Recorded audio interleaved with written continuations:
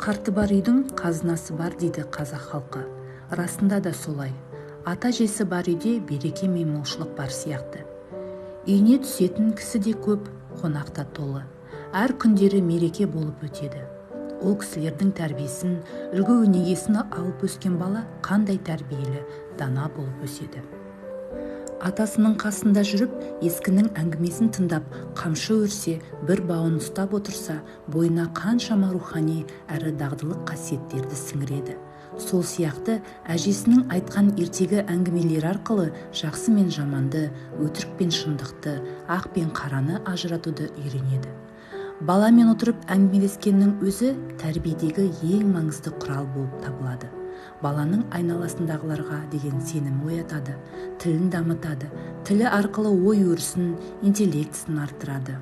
Бастысы баланың қоршаған ортаға үйренісіп, жақсы қарым-қатынасқа түсу дағдысын қалыптастырады. Ата мен әженің мектебінен шыққан балалар өмірде рухани жағынан мықты болып келеді. Жүрегі жұмсақ, қоршаған ортаға қамқор, мейірбан кісілер болып ер жетеді. Ежелден-ақ халқымызда қариялар зор құрметтелген. Өмірлік тәжірибесі мол, көпті көрген, дана, елге айтары бар кісілер ақсақал деп қадірленетін болған.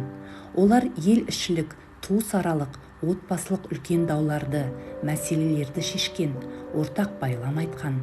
Хандардың қасында да кеңесші қызметінде жастар емес, осы қариялар отырған. Дала соты да осы қариялар. Қарттардың алдын аттамай төрге шығарған, аузын аңдып айтқанын ұғып алғысы келіп тұратын. Балаларды кішкентайынан соған тәрбиелеген.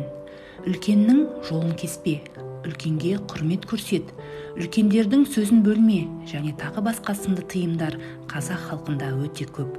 Ақсақал келсе, қолына суын құйып, түлгісін әперіп, жұмсағанына барып, әркім қолдарынан келгенше қызмет еткен.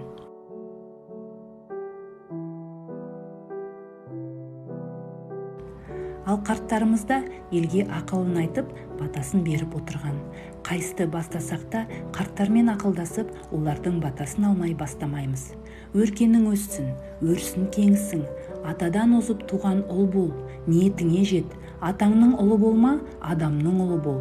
Осындай дұға тілекті болғасын, оларды аузы дуалы кісілер деп ардақтаймыз.